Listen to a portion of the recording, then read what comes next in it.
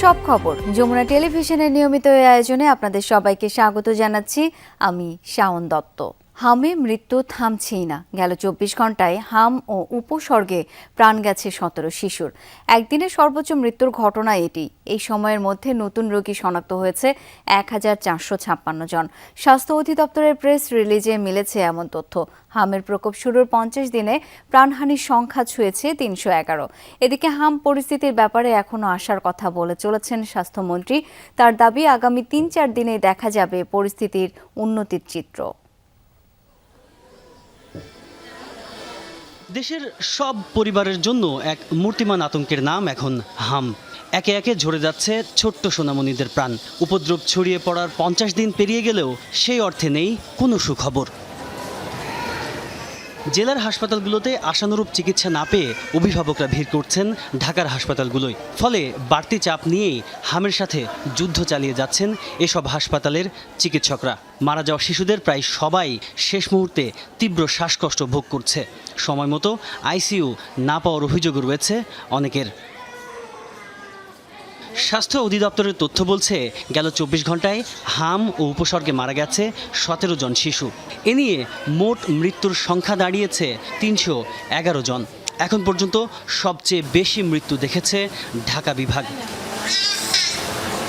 হাম নিয়ন্ত্রণে সারা দেশে চলছে টিকাদান কার্যক্রম। 5 মাস থেকে 59 মাস বয়সী শিশুরা পাচ্ছে এই টিকা।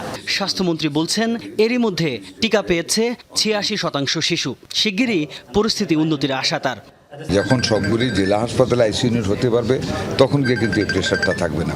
আরেকটা জিনিস হলো আরও যে রুগীর সংখ্যাটা বাড়ছে, কারণ আমরা যে ভ্যাকসিনেশনটা করে যাচ্ছি, অ্যান্টিবডি ক্রিয়েট হইতে 3 উইকস টাইম লাগে। ওই সময়টা তো আমরা এখনও পাই না। আরও 4-5 দিন যাবে এই ধাক্কাটা।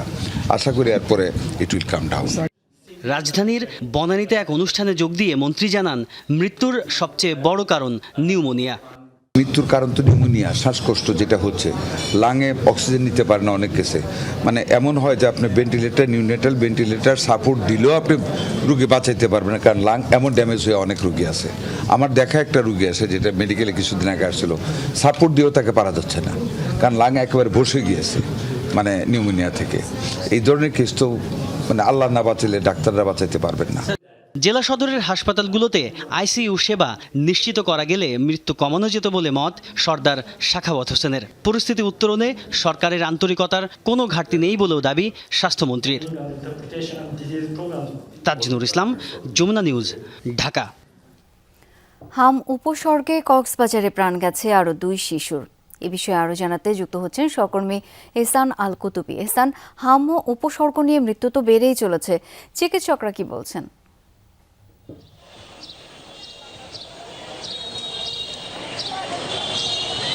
শাওন, হামের উপসর্গ নিয়ে মৃত্যু এ পর্যন্ত হচ্ছে 13 জন কক্সবাজারে। তন্মধ্যে আমি যদি পরিসংখ্যান বলি, কক্সবাজারে শুধু রামতে রয়েছে 6 জন, মহেশখালীতে 1 জন, কুতুবদিয়া 1 জন, কক্সবাজার সদরে 2 জন এবং এর বাইরে অন্যান্য। আমরা গতকালকে বলেছিলাম 1 জন রোহিঙ্গা শিশু মারা গেছে এবং গত 24 ঘন্টায় কক্সবাজার সদর হাসপাতালে ভর্তি হয়েছে নতুন করে কক্সবাজার সদর হাসপাতাল নয়, কক্সবাজারের হাসপাতালগুলোতে 52 জন ভর্তি হয়েছে এবং এ পর্যন্ত বিভিন্ন হাসপাতালে 8টি হাসপাতালে ভর্তি আছে 147 জন এবং গত 24 ঘন্টায় মারা গেছে 2 জন। 2 জনেরই বাড়ি হচ্ছে কক্সবাজারের রামতে। 1 জন হচ্ছে 8 মাসের আর 1 জন 6 মাসের বাচ্চা। তো প্রতিদিন মৃত্যুর সংখ্যাও কিন্তু কক্সবাজারে বাড়ছে, আবার হামের যে রোগীর সংখ্যা সেটিও বাড়ছে। গত 1 তারিখ থেকে এ পর্যন্ত 1452 জনের রোগ শনাক্ত হয়েছে, হামের উপসর্গ নিয়ে ভর্তি হয়েছে এবং গত 29 তারিখ থেকে এ পর্যন্ত 1399 জন। তো সব মিলিয়ে হামের যে পরিধি সেটাও কিন্তু বাড়ছে। আর চিকিৎসকরা বেশি করে বলছেন হচ্ছে সচেতনতার বিষয়টি, অর্থাৎ পরিবারের মা বাবা যদি সচেতন থাকে, বাচ্চাদের হামের উপসর্গ বা জ্বর, কাশি, সর্দি এবং এ ধরনের উপসর্গ দেখা দিলেই যাতে দ্রুত সময়ের মধ্যে হাসপাতালে চিকিৎসা নেই, বিশেষজ্ঞ ডাক্তারের শরণাপন্ন হয় সেটি বলছেন। এবং পাশাপাশি অপরিষ্কার অপরিচ্ছন্নতা থেকে মা বাবা যেন বাচ্চাদেরকে দূরে রাখে এবং ঘর বাড়িতে যাতে ময়লা আবর্জনা না থাকে সবার এবং ক্ষেত্রে যেন বাচ্চারা খুব বেশি সচেতন থাকে। অনেক ধন্যবাদ এহসান আপনাকে। পুলিশে যাদের বাধ্যতামূলক অবসর দেওয়া হয়েছে যাচাই বাছাই করেই সেই ব্যবস্থা নেওয়া হয়েছে, এই মন্তব্য করেছেন স্বরাষ্ট্রমন্ত্রী সালাউদ্দিন আহমদ। বলেন, পুলিশের নিয়োগ, বদলি ও অবসর নতুন কিছু নয়, এটা রুটিন ওয়ার্ক। দুপুরে সচিবালয়ে এক ব্রিফিংয়ে মন্ত্রী বলেন, পুলিশের বর্তমান পোশাক মানানসই নয়, পূর্বের ঐতিহ্যবাহী পোশাক ফিরিয়ে আনার পরিকল্পনা আছে। স্বরাষ্ট্রমন্ত্রী আরও বলেন, 5 আগস্টের পর অনেকে জামিন পেয়েছে, এটা আদালতের বিষয়, তারা চিহ্নিত অপরাধী, শীর্ষ সন্ত্রাসী বা অন্য যাই হোক, পুলিশ তাদের বিষয়ে তদন্ত করে ব্যবস্থা নেবে। অন্তর্বর্তী সরকার নির্বাচিত ছিল না, তাই সে সময় আইনশৃঙ্খলা পরিস্থিতির কিছুটা অবনতি হয়েছে বলেও মন্তব্য করেন তিনি। মন্ত্রী বলেন, এমন অবস্থাতেই বিএনপি ক্ষমতা নিয়েছে, তাই পরিস্থিতি স্বাভাবিক হতে কিছুটা সময় লাগবে। এ সময় ত্রয়োদশ সংসদের প্রথম অধিবেশনকে ইতিহাসের সবচেয়ে সফল অধিবেশন হিসেবে উল্লেখ করেন স্বরাষ্ট্রমন্ত্রী। মন্ত্রণালয়ের রুটিন ফাংশন যেগুলো, নিয়োগ, বদলি, প্রমোশন, রিটায়ারমেন্ট, এগুলো সবই আইনানুগ ভাবে করা হয়েছে এবং আইনানুগ প্রক্রিয়া, এবং এটা নতুন কোনো বিষয় নয়। আর পদ সৃজনের প্রয়োজন হলে মন্ত্রণালয় পদ সৃজন করতে পারে জনপ্রশাসন মন্ত্রণালয় এবং অর্থ মন্ত্রণালয়ের অনুমতি সাপেক্ষে, অনুমোদন সাপেক্ষে।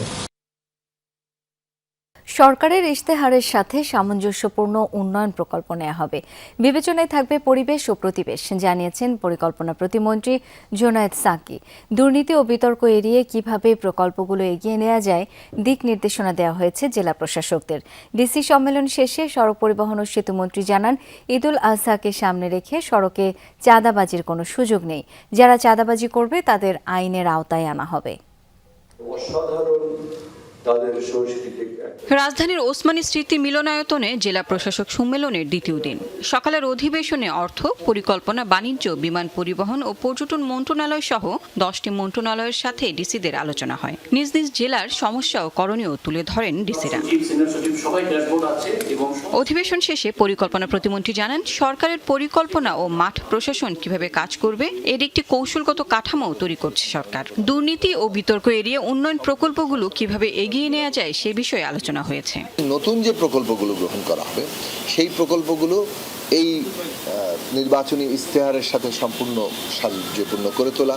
প্রত্যেকটি প্রকল্পের ক্ষেত্রে ওইটার প্রধান বিবেচনা থাকছে যে কর্মসংস্থানের ক্ষেত্রে তার ভূমিকা থাকছে, এবং অবশ্যই প্রত্যেকটি প্রকল্পে পরিবেশগত গুরুত্ব থাকবে। সড়ক পরিবহন ও সেতুমন্ত্রী জানান, ঈদ যাত্রাকে সামনে রেখে সড়কে চাঁদাবাজির কোনো সুযোগ দেওয়া হবে না। চাঁদাবাজির কোনো সুযোগ নেই। চাঁদাবাজি একটা অপরাধ, যারা চাঁদাবাজি করছে তাদেরকে নিয়ন্ত্রণ করা হবে, আইনের আওতায় আনা হবে। আইনের আওতায় আনা হয়েছেও, আর পর্যায়ক্রমে এগুলি যে বিচ্ছিন্ন যেগুলি আছে সেগুলিকে শৃঙ্খলার মধ্যে আনার একটা চেষ্টা আছে। সীমান্ত এলাকায় সব ধরনের গবাদি পশুর হাট বন্ধ করে দেওয়ার কথা জানান কৃষিমন্ত্রী। সীমান্ত দিয়ে অবৈধভাবে কোনো গরু দেশে প্রবেশ করতে দেয়া হবে না বলে জানান তিনি। সীমান্ত এলাকায় কিছু হাট বসত, এটা আপনারাও শুনেছেন, বক্তব্যে আসছে যে কোটি কোটি টাকা ওই হাটের ডাক উঠত, এবং ওই হাটটাই আমরা বন্ধ করে দিয়েছি। গরু উদ্বৃত্ত না, তবে গরুর শর্ট পড়ারও কোনো সম্ভাবনা নেই। দুর্যোগ ব্যবস্থাপনা ও ত্রাণমন্ত্রী জানান, বন্যায় হাওরে 60% ফসল তলিয়ে গেছে। 6 জেলায় ক্ষতিগ্রস্তদের তালিকা করা হয়েছে। 1 লক্ষ পরিবারকে আমরা চিহ্নিত করেছি, কম বেশি কোনো জেলায়। এগুলো আগামী 3 মাস তাদেরকে আমরা কিছু সহায়তা দান করব আমাদের মন্ত্রণালয় থেকে। আমরা আর্থিক সহায়তা দিব এবং কিছু খাদ্য দিব আমরা সেই অঞ্চলে। পরবর্তীতে কৃষি পুনর্বাসনের জন্য কৃষি মন্ত্রণালয়কে উনি নির্দেশনা দিয়েছেন, আর পানি সম্পদ মন্ত্রণালয় এ ব্যাপারে ওনারা কাজ করছেন। বজ্রপাতে মৃত্যু রোধে হাওর সহ উত্তরাঞ্চলে শেল্টার বানানোর পাশাপাশি বজ্র নিরোধক টাওয়ার করে দেওয়ার কথা জানান মন্ত্রী। এছাড়া 3 মাসের মধ্যে কক্সবাজার আন্তর্জাতিক বিমানবন্দর এবং ডিসেম্বরের মধ্যে 3rd টার্মিনাল চালুর পরিকল্পনার কথা জানান বেসরকারি বিমান পরিবহন প্রতিমন্ত্রী। সেই জন্য আমরা খুবই গুরুত্ব দিয়ে আমরা একাডেমি যেটা করছি। Lovely Bithi, Jamuna News, Dhaka. যুক্তরাষ্ট্রের ফ্লোরিডায় হত্যাকাণ্ডের শিকার বাংলাদেশি শিক্ষার্থী জামিল আহমেদ লিমনের মরদেহ এখন জামালপুরে তার পৈতৃক বাড়িতে। বাদ মাগরিব জানাজা শেষে গ্রামের বাড়ি মাদারগঞ্জের লালডোবা এলাকায় পারিবারিক কবরস্থানে দাফন করা হবে লিমনকে। এ বিষয়ে আরও জানবো, সহকর্মী সাগর ফরাজি সেখানে রয়েছেন। সাগর, আর কিছুক্ষণ পরই তো লিমনের জানাজা, দাফনের সব প্রস্তুতি নিশ্চয়ই এরই মধ্যে শেষ করা হয়েছে। হ্যাঁ, দেখুন, তার দাফনের জন্য বাড়ির সামনেই একটি পারিবারিক কবরস্থানে কবর করে রাখা হয়েছে। এর পাশাপাশি যে আনুষঙ্গিক যে একজনকে যে দাফন করার জন্য যে বিষয় প্রয়োজন সেগুলো কিন্তু সব করা হয়েছে। একটি বিষয় বলে রাখি যে যুক্তরাষ্ট্রের ফ্লোরিডায় কিন্তু প্রথম জানাজা অনুষ্ঠিত হয়েছে, সেখানে তার বন্ধুবান্ধব বা তার সহপাঠী যারা রয়েছে তারা কিন্তু জানাজা করেছে। এখন কিন্তু দ্বিতীয় জানাজা অনুষ্ঠিত হবে, সেটি বাদ মাগরিব অর্থাৎ মাগরিবের নামাজের পর এই পাশের একটি স্কুলেই। তো তারপরে কিন্তু এখানে যে পারিবারিক যে কবরস্থানটি রয়েছে সেই স্থানে কিন্তু তাকে দাফন করা হবে। আনুষঙ্গিক বিষয় যদি সব মিলে বলি যে যুক্তরাষ্ট্রে যে যখন তিনি পড়াশোনা করতে গিয়েছিলেন সেটি 2 বছর আগে, তো এবার ঈদে কিন্তু তার এই বাড়িতে আসার কথা। যেহেতু তিনি দীর্ঘদিন বাইরে ছিলেন, ঈদ কিন্তু পরিবারের সাথে করার কথা, কিন্তু তিনি না এসে কিন্তু তার মরদেহ এখানে এসেছে। এই বিষয়গুলো অনেক সময় ভাবতে ভাবতে এখানকার যারা এলাকাবাসী রয়েছেন বা তার স্বজন রয়েছেন বা তার পরিবার সবাই কিন্তু শোকাহত। বিশেষ করে এই এলাকাটি তার মৃত্যুর খবর শোনার পরে কিন্তু শোকাহত পরিবেশ আমরা দেখেছি বা জেনেছি। আরেকটি বিষয় যদি বলে রাখি, যে ফ্রিজিং ভ্যান করে কিন্তু যে বিমানবন্দর থেকে কিন্তু আনা হয়েছে, এখন পর্যন্ত এখানে রয়েছে, কিছুক্ষণের মধ্যে হয়তো বা এই পাশের যে স্কুলটি সেখানে কিন্তু নিয়ে যাওয়া হবে। সব মিলে যদি বলতে চাই, এখন এই শোক কাটিয়ে ওঠা খুব কষ্টকর হয়ে পড়ছে পরিবারের জন্য। সাগর, ধন্যবাদ আপনাকে। যুক্তরাষ্ট্রে বাংলাদেশি পিএইচডি শিক্ষার্থী জামিল আহমেদ লিমনের হত্যার ঘটনায় বিচার নিশ্চিতে দেশটির সঙ্গে যোগাযোগ রাখছে বাংলাদেশ, জানিয়েছেন পররাষ্ট্র প্রতিমন্ত্রী শামা ওবায়েদ। সকালে দেশে আনা লিমনের মরদেহ পরিবারের কাছে হস্তান্তর করেন তিনি। যুক্তরাষ্ট্র থেকে দেশে ফিরবে ছেলে, কিন্তু বিমানবন্দরে উপস্থিত পরিবারের কারো মুখে হাসি নেই, বরং চাপা কান্নায় ঢেকে রাখার চেষ্টা। উচ্চশিক্ষায় যুক্তরাষ্ট্র গিয়ে পরিবারটির সন্তান জামিল আহমেদ লিমন ফিরলেন কফিনবন্দি হয়ে। 6 এপ্রিল সাউথ ফ্লোরিডা বিশ্ববিদ্যালয়ের পিএইচডি শিক্ষার্থী লিমন নিখোঁজ হন। এর 8 দিন পর 24 এপ্রিল তার মরদেহ উদ্ধার করে পুলিশ। মেধাবী সন্তানকে নিয়ে আকাশ ছোঁয়া স্বপ্ন দেখেছিলেন বাবা, তা শেষ নিমেষেই। কোনো প্রকার আঘাত করে নেই, শারীরিক কোনোদিন শাস্তি দেয়নি। যা শাসন করছে আমি মুখে শাসন করছি, তো আমার ছেলেকে এইভাবে যে মরতে হবে জানি না, উপরওয়ালা জানে কি কষ্ট দিছে, এটাই আমার কাছে কষ্ট। শনিবার রাতে ফ্লোরিডা থেকে মরদেহবাহী বিমানটি যাত্রা শুরু করে সোমবার সকাল 8:47 হযরত শাহজালাল আন্তর্জাতিক বিমানবন্দরে অবতরণ করে। মরদেহ গ্রহণ করেন পররাষ্ট্র প্রতিমন্ত্রী শামা ওবায়েদ। এ সময় লিমনের বাবা মা সহ পরিবারের সদস্যরা কান্নায় ভেঙে পড়েন। আমরা আপনাদের পাশে আছি।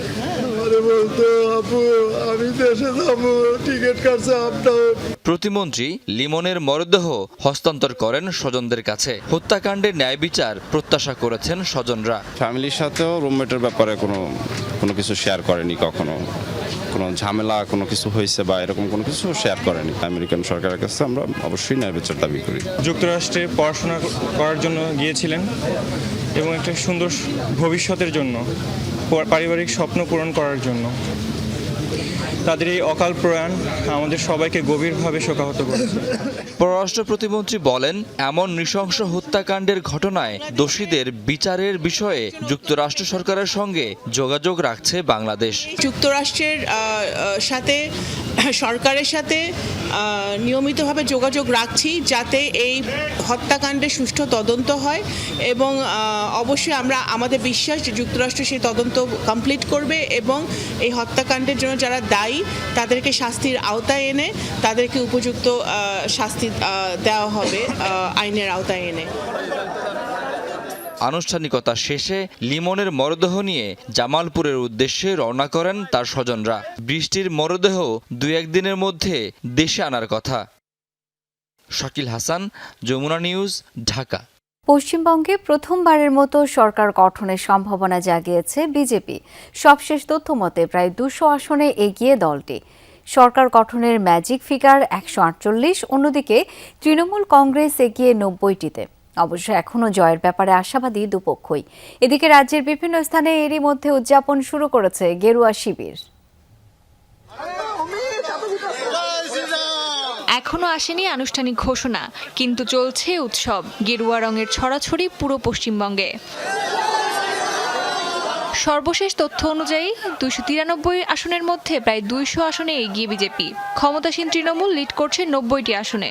তবে এসব আসনে এখনো আরো কয়েক রাউন্ডের ভোট গণনা বাকি। সকালে ভোট গণনা প্রদর্শনকালে সাংবাদিকদের সঙ্গে কথা বলেন বিরোধী দল নেতা ও বিজেপি প্রার্থী শুভেন্দু অধিকারী। পশ্চিমবঙ্গে বিজেপি সরকার গঠন করবে বলে আশা প্রকাশ করেন তিনি। সরকার ভাজপা कर रहा है, ये मान के चलिए। आप लोग का जो चल रहा था, जो इनिशियल ट्रेंड रहा है 135 प्लस बीजेपी, 100 अप्रोक्स टीम्स। ये भवानीपुर का मैं 9-10 राउंड से आप देख लेना, मैं पूरा संभाल के आगे चला जाऊंगा। এদিকে ভোট গণনার মাঝেই জরুরি বার্তা দিয়েছেন পশ্চিমবঙ্গের মুখ্যমন্ত্রী মমতা ব্যানার্জি। ভিডিও বার্তায় কাউন্টিং এজেন্ট ও তৃণমূল প্রার্থীদের ভোটিং এলাকা ত্যাগ না করার অনুরোধ করেছেন তিনি।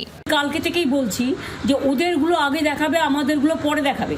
এবং অনেক জায়গায় 2-3 রাউন্ড কাউন্টিং করার পরে প্রায় 100টা জায়গায় কাউন্টিং বন্ধ করে রেখে দিয়েছে। কাউন্টিং এজেন্টদের, আমাদের সমস্ত পার্টির কর্মীদের বলবো অত মন খারাপ করার কারণ নেই।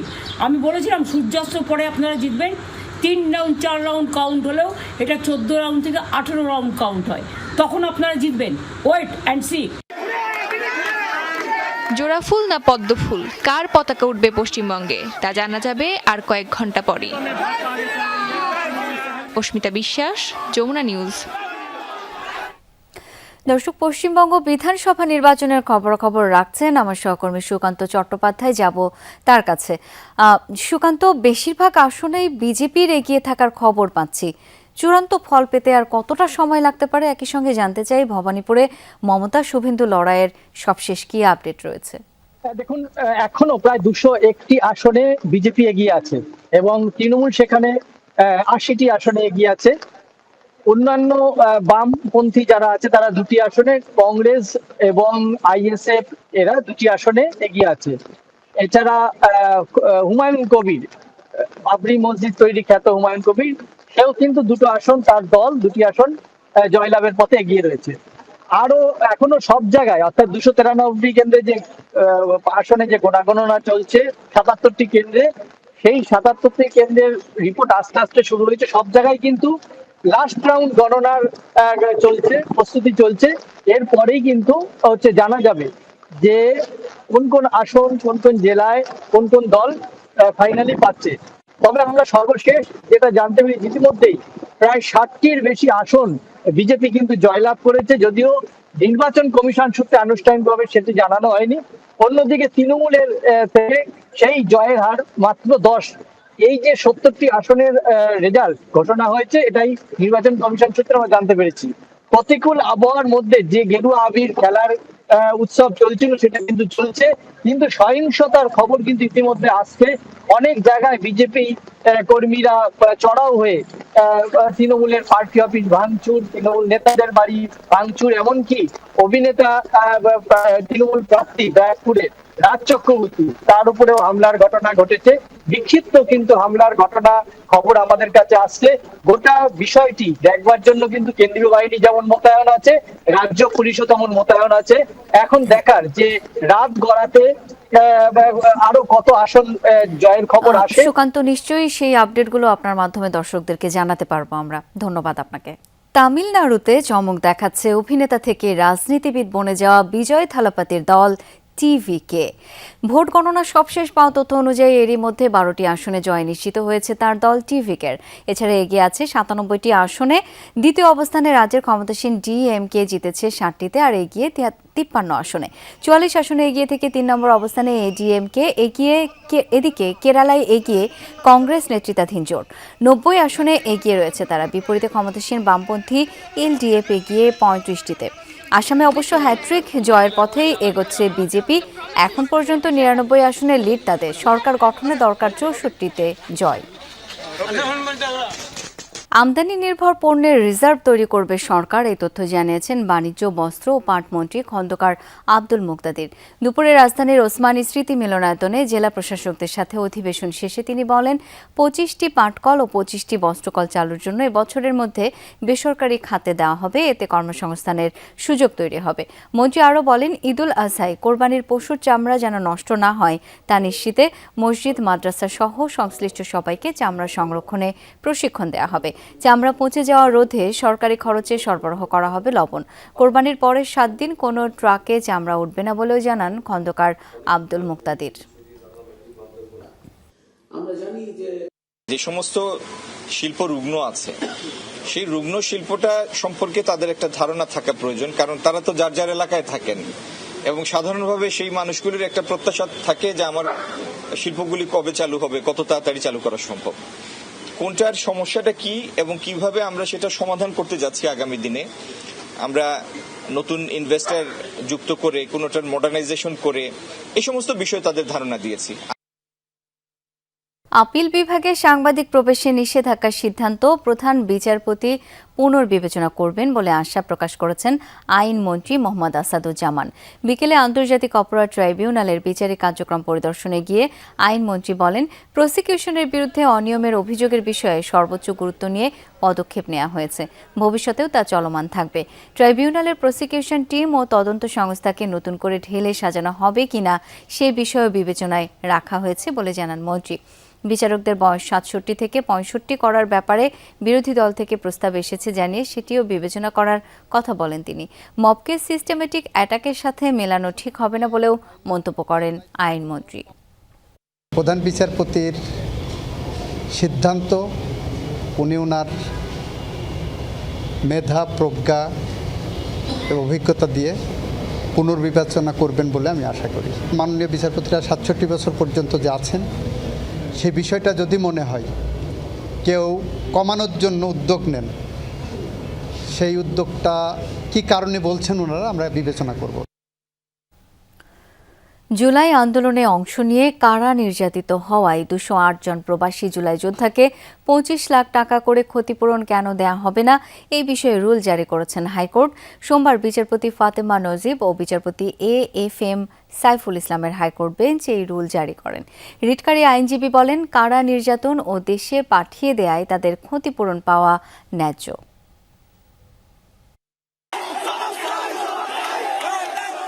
২০২৪ সালে দেশে যখন কোটা সংস্কার আন্দোলন তুঙ্গে, তখন ছাত্র জনতাকে সমর্থন জানিয়ে আন্দোলন করেন প্রবাসী বাংলাদেশিরাও। আন্দোলন করতে গিয়ে গ্রেফতার ও সাজার মুখোমুখি হতে হয় সংযুক্ত আরব আমিরাত ও সৌদি আরব প্রবাসী শ্রমিকদের। পরে অন্তর্বর্তী সরকারের প্রধান উপদেষ্টা ডক্টর মোহাম্মদ ইউনূসের হস্তক্ষেপে কারামুক্ত হয়ে দেশে ফেরেন ২০৮ জন প্রবাসী। ৫৭ জনকে বিভিন্ন মেয়াদে কারাদণ্ড দেওয়া হয়, যাবজ্জীবন থেকে শুরু করে ১০ বছর ১১ বছর কারাদণ্ড দেওয়া হয়।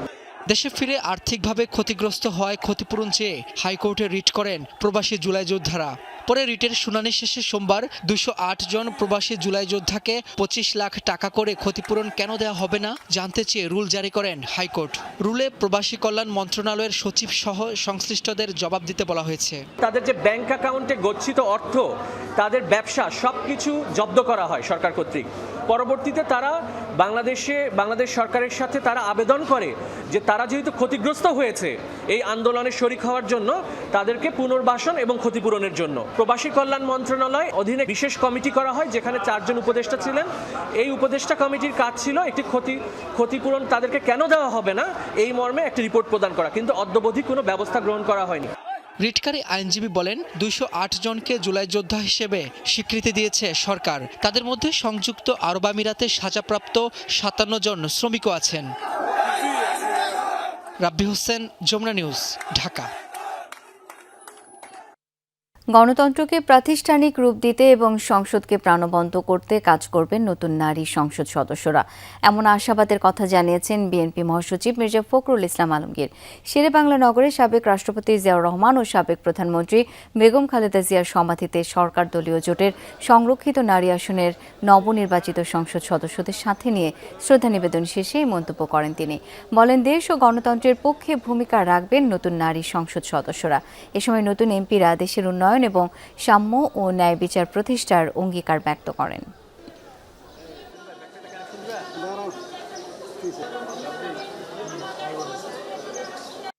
নারী সদস্যরা এখানে শপথ গ্রহণ করেছেন যে তারা বাংলাদেশে গণতন্ত্রকে প্রাতিষ্ঠানিক রূপ দিতে, জাতীয় সংসদকে কার্যকরী করার ক্ষেত্রে এবং জাতীয় সংসদকে সত্যিকার অর্থেই সকল কর্মকাণ্ডের কেন্দ্রবিন্দু পরিণত করতে তারা তাদের ভূমিকা রাখবেন। একদিন রোদ ওঠার পর আবারও থেমে থেমে ভারী বৃষ্টি হাওড় অঞ্চলে। কয়েকটি জেলায় ডুবেছে হাওড়ের নতুন নতুন এলাকা। শ্রমিক সংকটে ডুবে থাকা ধান ঘরে তুলতে পারছেন না কৃষকরা। এতে ফলন পৌঁছে যাওয়ার শঙ্কা করছেন ভুক্তভোগীরা।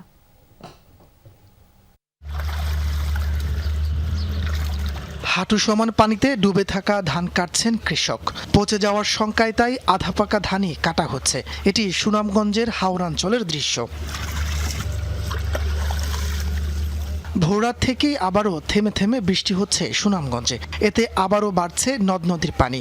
নতুন করে জলাবদ্ধতায় পড়ছে অনেক জমি। কৃষি বিভাগের হিসাবে জেলায় এ পর্যন্ত 20,000 হেক্টরেরও বেশি জমির আধা পাকা ধান পানিতে তলিয়েছে। এখনও প্রায় 50,000 হেক্টর জমির ফসল কাটা বাকি রয়েছে। জলাবদ্ধ জমিতে নামানো যাচ্ছে না হারভেস্টার মেশিন। এতে দেখা দিয়েছে শ্রমিক সংকট।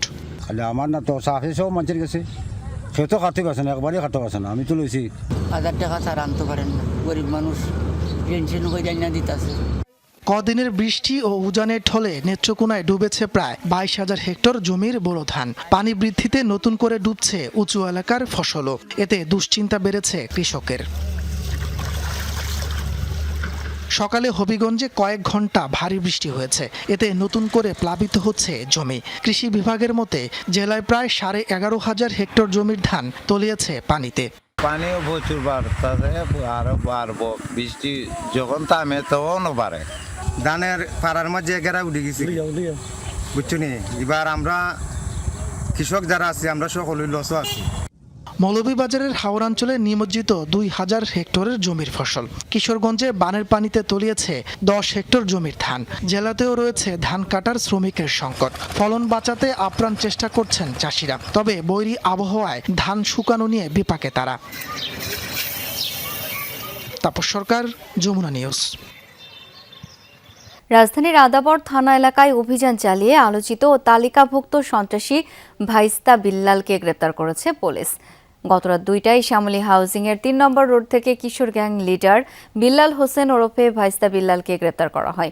পুলিশ জানায়, গোপন সংবাদের ভিত্তিতে আদাবর থানার ইন্সপেক্টর তদন্ত হাফিজুর রহমানের নেতৃত্বে এসআই রেজাউল ও এসআই তরুণ কুমার এই বিশেষ অভিযান পরিচালনা করেন।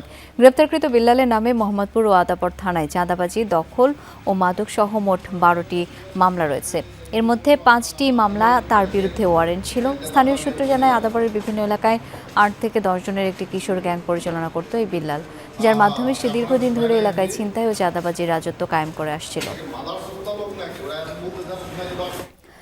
5 জেলায় সড়ক দুর্ঘটনায় নিহত হয়েছেন 10 জন। এর মধ্যে ময়মনসিংহে ট্রাকের চাপায় প্রাণ গেছে সিএনজি অটোরিকশা আরোহী 3 নারীর।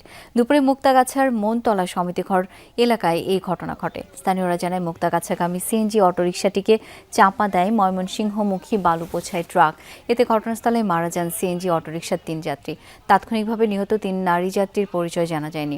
দুর্ঘটনার সময় সড়কে উল্টে যায় ট্রাকটি। আহতদের উদ্ধার করে নেওয়া হয়েছে হাসপাতালে। এছাড়া সুনামগঞ্জে আলাদা দুর্ঘটনায় নিহত হয়েছেন 3 জন।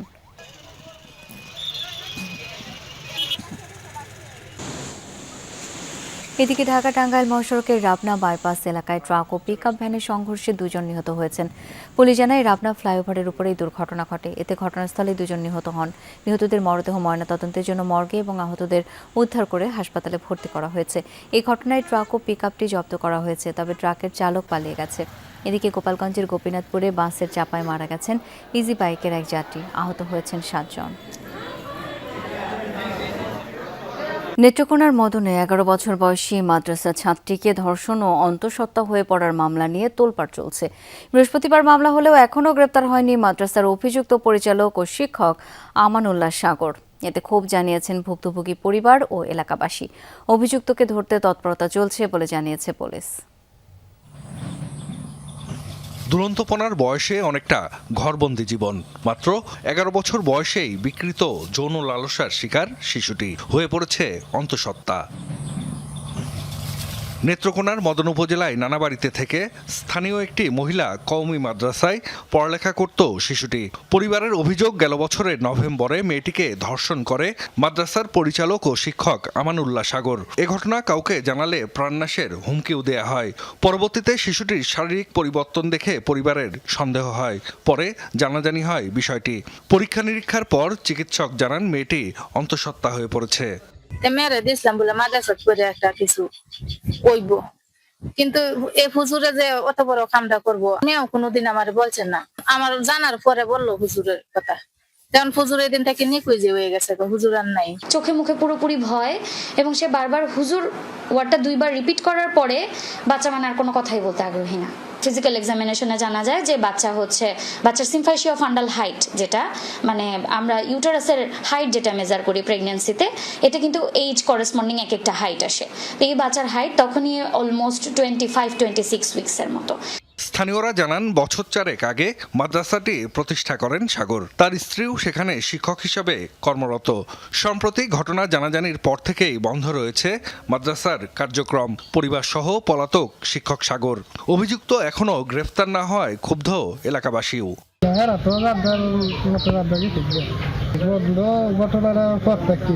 এই ঘটনার সাথে যদি হুজুর প্রকৃতপক্ষে জড়িত থাকে এবং এই ঘটনা ঘটিয়ে থাকে, তদন্তের মাধ্যমে আইনের সঠিক প্রয়োগ করে তাকে দৃষ্টান্তমূলক শাস্তি দাবি করছি। মামলার পর অভিযুক্তকে ধরতে তৎপরতা চলছে জানিয়েছে পুলিশ। আসামিকে গ্রেফতার করার জন্য আমরা শুরু থেকে আমরা অভিযানে আছি। ইনশাআল্লাহ আমরা খুব কম সময়ের মধ্যে আমরা আসামিকে গ্রেফতার করতে সক্ষম হব। পরিবারটির খোঁজ খবর নিয়েছেন উপজেলা সমাজসেবা কর্মকর্তা। আইনি সহায়তা সহ আশ্বাস দিয়েছেন তাদের পাশে থাকার। শিক্ষকের কাছে যদি নিরাপদ না থাকে তাহলে শিশুরা যাবে কোথায়? সামগ্রিকভাবে শিশুটিকে কাউন্সিলিং করা, তার পরবর্তী যে তার যেন যে ট্রমার মধ্যে আছে, তার এই অবস্থা থেকে তাকে যেন একটা স্বাভাবিক, যতটুকু সম্ভব সুন্দর একটা ফিউচার তার জন্য করে দেওয়া যায়, আমরা সেই সাপোর্ট দেওয়ার জন্য আমরা এখানে আজকে এসেছি। ভুক্তভোগীর বাবা বছর 6 আগে সংসার ছেড়ে অন্যত্র চলে যান। এরপর জীবিকার তাগিদে অন্য জেলায় গৃহপরিচারিকার কাজ নেন তার মা। জাহিদ হাসান, যমুনা নিউজ। যুক্তরাষ্ট্র বাংলাদেশ সম্পর্ক জোরদার করতে ঢাকায় আসছেন assistant US trade representative for South and Central Asia Brendan লিঞ্চের নেতৃত্বে একটি প্রতিনিধি দল। যুক্তরাষ্ট্র মিশনের মুখপাত্র পূর্ণিমা রায় জানান, বাণিজ্য ও বিনিয়োগ সম্পর্ক জোরদার করার বিষয়ে আলোচনা করতেই তারা ঢাকায় আসছেন। 5 মে এসে প্রতিনিধি দলটি থাকবে 7 মে পর্যন্ত। পূর্ণিমা রায় আরও জানান, যুক্তরাষ্ট্র বাংলাদেশ পারস্পরিক বাণিজ্য চুক্তি বাস্তবায়নে অংশীদারিত্বের প্রত্যাশা করে ওয়াশিংটন।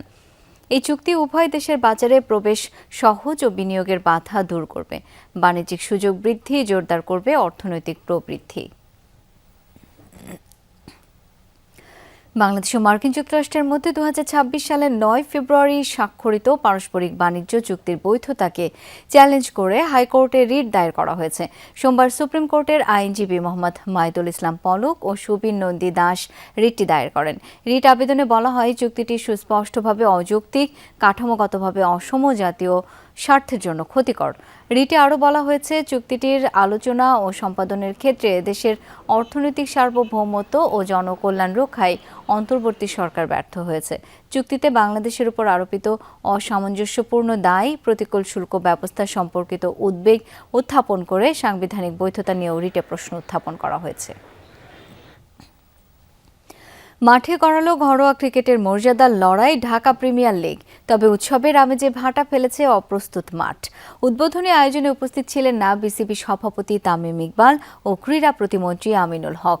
তবে মাঠে হাজির হয়ে আম্পায়ারিং বিতর্ক দূর করা আর ক্লিনারদের পাওনা পরিশোধে সমাধান টানলেন বিসিবি বস। একদিনে 6 ভেন্যু ডিপিএল উত্তেজনা নিয়ে বিস্তারিত থাকছে রিয়ান রাফতের রিপোর্টে। পূর্বাচল থেকে স্পোর্টস কমপ্লেক্স মাঠ, সাভার থেকে ফতুল্লা, সবখানেই উৎসবের আমেজ। মাঠে গড়ালো দেশের ঘরোয়া ক্রিকেটের সবচেয়ে মর্যাদাপূর্ণ আসর ঢাকা প্রিমিয়ার লিগ। তবে এই আনন্দে কিছুটা হলেও ভাটা পড়েছে উদ্বোধনীতে বিসিবি সভাপতি তামিম ইকবাল ও ক্রীড়া প্রতিমন্ত্রী আমিনুল হকের অনুপস্থিতি। রাষ্ট্রীয় সফর থাকায় যোগ দিতে পারেননি যুব ও ক্রীড়া প্রতিমন্ত্রী, ছিলেন না তামিম ইকবালও। অপেক্ষায় দু দলের ক্রিকেটাররা। শেষ পর্যন্ত বেলুন উড়িয়ে লিগের উদ্বোধন করেন অ্যাডহক কমিটির সদস্য রফিকুল ইসলাম বাবু। তবে নির্ধারিত সময়ের 1.5 ঘন্টা পর উদ্বোধন হলেও মাঠ অপ্রস্তুত থাকায় বিলম্ব হয় ম্যাচ শুরু হতে। বিশেষ সভাপতি একটু দেরি হয়ে গেছে, আর আমাদের সভাপতি সাহেব আমাকে ফোন করেছিল একটু আগে যে আমি আসতেছি, হয়তো 10:30 11টার ভিতরে চলে আসবে মাঠে। 10:30টার দিকে মাঠে আসার কথা থাকলেও দুপুর 1টার ঠিক আগে স্পোর্টস কমপ্লেক্স মাঠে হাজির হন তামিম ইকবাল। বিলম্বের কারণে এসেই ক্ষমা চেয়ে নেন, বলেন মাঠ নিয়ে অভিযোগ থাকলেও খেলা মাঠে গড়ানোই ছিল মূল লক্ষ্য। রাখা হয়েছে রিজার্ভ ডে। জিনিসগুলো আমাদের একটু মেনে নিতে হবে। আমি কিন্তু লাস্ট প্রেস কনফারেন্সে জিনিসটা ক্লিয়ার করেছি। এখন ফর এক্সাম্পল মিরপুরে যে আপনার ড্রেনেজ ফ্যাসিলিটিস, ড্রেনেজ সিস্টেম বা আরও 1-2টা মাঠে যে এই ফ্যাসিলিটিস আছে, আই এম শিওর এটা অনেক মাঠে থাকবে না। বৃষ্টি হলে হয়তো বা অন্য মাঠে আধা ঘন্টা 1 ঘন্টা লাগতে পারে, এখানে হয়তো বা আরও অন্য মাঠে 2 ঘন্টা 3 ঘন্টা লাগতে পারে। But end of the day আমার জন্য সবচেয়ে ইম্পর্টেন্ট ছিল খেলাটাকে শুরু করা। আপাতত 3 মাসের দায়িত্বে ভালো কাজের রূপরেখা দিতে চান বিসিবি বস। গত আসরগুলোতে টিম ও আম্পায়ারিং নিয়ে নানা সমালোচনা থাকলেও এবার সে সুযোগ দিতে চান না তামিম ইকবাল। আপনাদের বিষয়ে খুব বেশি ইন্টারফেয়ার করতে চাই না, বাট আপনাদের তরফ থেকে আমার একটাই জিনিস, যেভাবে কাজ করে যাচ্ছেন উইথ ফুল অনেস্টি আপনারা ওই কাজ করে যাবেন। এখানে কোনো ব্যক্তি, কোনো দল, কাউকে কোনো সাপোর্ট দেওয়ার কোনো ধরনের কোনো কিছুর দরকার নেই। যেটা ফেয়ার আপনি ওইভাবেই করবেন। এদিকে বিসিবির ক্লিনারদের টাকা পৌঁছে দেওয়া হবে তাদের অ্যাকাউন্টে। পাশাপাশি তাদের টাকা নিয়ে কোনো নয়ছয়কারীদের ব্ল্যাকলিস্ট করার হুঁশিয়ারি বিসিবি সভাপতির। 650 টাকা করে দিই, তাহলে এরা 300 টাকা কেন পাচ্ছে? আমি বললাম যে ক্লিনিং সার্ভিসটা টেন্ডারের মাধ্যমে অ্যাওয়ার্ডেড হয়েছে তাকে ডাকেন। তো তাকে ডাকলাম, তাকে ডেকে আমি জিজ্ঞেস করলাম যে এটা রিজন কী। তো যে জিনিসগুলো শুনেছি এগুলো আসলে শকিং। যে কমিটমেন্ট আপনি মহিলাগুলোকে করেছেন ওগুলো আমার সামনে আপনি ডেকে সবার সামনে দিবেন। তারপর থেকে যদি আপনারা চান তাহলে আমি কন্ট্রাক্টটা অনার করতে পারি, নাহলে ভাই আমি আপনাকে কন্ট্রাক্ট তো ক্যান্সেল করবই করব, আপনাকে ব্ল্যাকলিস্ট করে দিব যে ভবিষ্যতে কোনোদিন আপনি বিসিবিতে কাজ না করতে পারেন। Everybody should get the. Riyan Rafti, Jamuna sports, Dhaka. বর্ষা মৌসুম সামনে রেখে 2,500 পরিচ্ছন্নতা কর্মীর মাঝে রেইনকোট সহ ব্যক্তিগত সুরক্ষা সামগ্রী বিতরণ করেছে উত্তর সিটি কর্পোরেশন। সকালে গুলশানের নগর ভবনে আয়োজিত এক অনুষ্ঠানে এসব সামগ্রী পরিচ্ছন্নতা কর্মীদের হাতে তুলে দেন উত্তর সিটি কর্পোরেশনের প্রশাসক শফিকুল ইসলাম খান। এ সময় তিনি বলেন, নগরীর পরিচ্ছন্নতা রক্ষায় কর্মীদের অবদান অত্যন্ত গুরুত্বপূর্ণ। তাদের প্রতি বিশেষ নজর রাখা হচ্ছে এবং যারা সবচেয়ে বেশি পরিশ্রম করছেন ভবিষ্যতে তাদের আরও সম্মাননা দেওয়ার পরিকল্পনা রয়েছে। বর্ষা মৌসুমে প্রতিকূল আবহাওয়ার মধ্যেও যাতে কর্মীরা নির্বিঘ্নে দায়িত্ব পালন করতে পারেন সেজন্যই এই উদ্যোগ বলে জানান উত্তর সিটির প্রশাসক। অফিস সহায়ক হিসেবে সুপ্রিম কোর্টে নিয়োগ পেলেও বিচারপতিদের বাড়িতে কাজ করানোর অভিযোগ করেছেন সুপ্রিম কোর্টের এমএলএসএসরা। তাই বিচারপতিদের বাসায় নিয়োগের প্রত্যাহার চেয়েছেন 78 জন এমএলএসএস। সোমবার হাইকোর্টের অ্যানেক্স ভবনের সামনে কর্মচারীরা অভিযোগ করেন, বিচারপতিরা নানা প্রলোভন দেখিয়ে বাসা বাড়িতে নিয়ে কাজ করাতো তাদের। অফিস সহায়ক হলেও ধোপা, সুইপার সহ বিভিন্ন ধরনের কাজ করানো হতো তাদের দিয়ে। বিষয়টি সত্যতা যাচাই করে সাবেক প্রধান বিচারপতি সৈয়দ রেফাত আহমেদ এমএলএসএসদের বাসায় না পাঠানোর নির্দেশনা দিয়েছিলেন। তবে বর্তমান সুপ্রিম কোর্ট প্রশাসন পুনরায় বিচারপতিদের বাসায় কাজের জন্য পাঠাতে চাইছে বলে অভিযোগ করেন বিক্ষুব্ধরা। আমরা ত্যাগ তিতিক্ষা করে আমরা আজকে সিদ্ধান্ত নিয়েছি আমাদের সুপ্রিম কোর্ট প্রশাসনের নিকট আমরা আর বাসা বাড়িতে যেতে চাচ্ছি না। আসলে এটা চাকরি না, এটা প্রকৃত একটা দাস প্রথা। আমরা আসলে দাস প্রথা থাকতে চাই না, আমরা অফিসে থাকতে চাই। চিফ জাস্টিস স্যারের কাছে বিনীত অনুরোধ যে আমাদের এই জুলুমের শিকার আর করবেন না। বিভিন্ন রকম প্রলোভন দেখাই নিয়ে যায়, নিয়ে যায় ওদের বাসা বাড়িতে এভরিথিং কাজ, এ টু জেড, বাসা বাড়ির টয়লেট থেকে শুরু করে, মানে এগুলা বলার মতো ভাষা না। মানে যে অত্যাচার করে আমাদের উপর, আসলে আমরা নির্যাতিত। আমানত ও পূর্ণ লভ্যাংশ ফেরত দেওয়ার দাবিতে দ্বিতীয় দিনের মতো চট্টগ্রামের আগ্রাবাদ এলাকায় 5টি ব্যাংকে তালা দিয়েছেন আমানতকারীরা।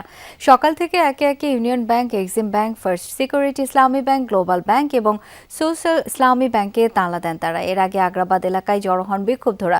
পরে মিছিল নিয়ে ইউনিয়ন ব্যাংকে গিয়ে কর্মকর্তাদের বের করে দিয়ে তালা দেন। পরে তারা ফার্স্ট সিকিউরিটি ব্যাংকে অবস্থান নিয়ে বিক্ষোভ করেন। সেখানে অবস্থান করে ব্যাংক কর্তৃপক্ষকে আমানত ফিরিয়ে দেওয়ার দাবি জানান তারা। দাবি আদায় না হলে চট্টগ্রামের সব শাখা বন্ধ করে দেওয়ার হুঁশিয়ারি দেন আমানতকারীরা। বিক্ষোভের কারণে প্রভাব পড়ে ব্যাংকগুলোর স্বাভাবিক লেনদেন কার্যক্রমে। গতকালও খাতুনগঞ্জে কর্মসূচি পালন করা হয়।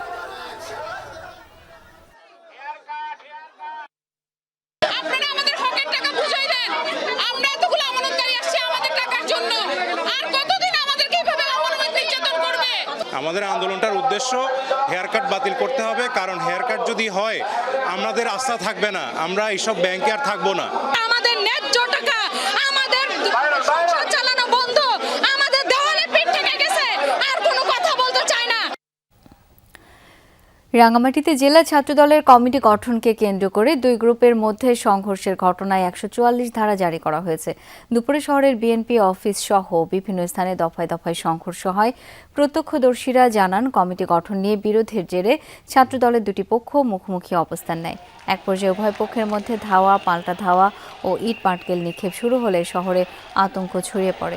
এ সময় আহত হয় অন্তত 10 জন। পরিস্থিতির অবনতি হলে রাঙামাটি পৌরসভা এলাকা, কাঁঠালতলী বনরূপা এলাকায় 144 ধারা জারি করে স্থানীয় প্রশাসন। পরিস্থিতি নিয়ন্ত্রণে শহরের গুরুত্বপূর্ণ এলাকায় অতিরিক্ত পুলিশ মোতায়েনের পাশাপাশি সেনাবাহিনী নামানো হয়েছে। এই ঘটনায় শহরে থমথমে পরিস্থিতি বিরাজ করছে। জনগণের জানমাল ইজ্জত রক্ষার্থে আমরা পৌরসভার কিছু কিছু এলাকায়, যেমন কাঁঠালতলী পৌরসভা বনরূপা এই এলাকায়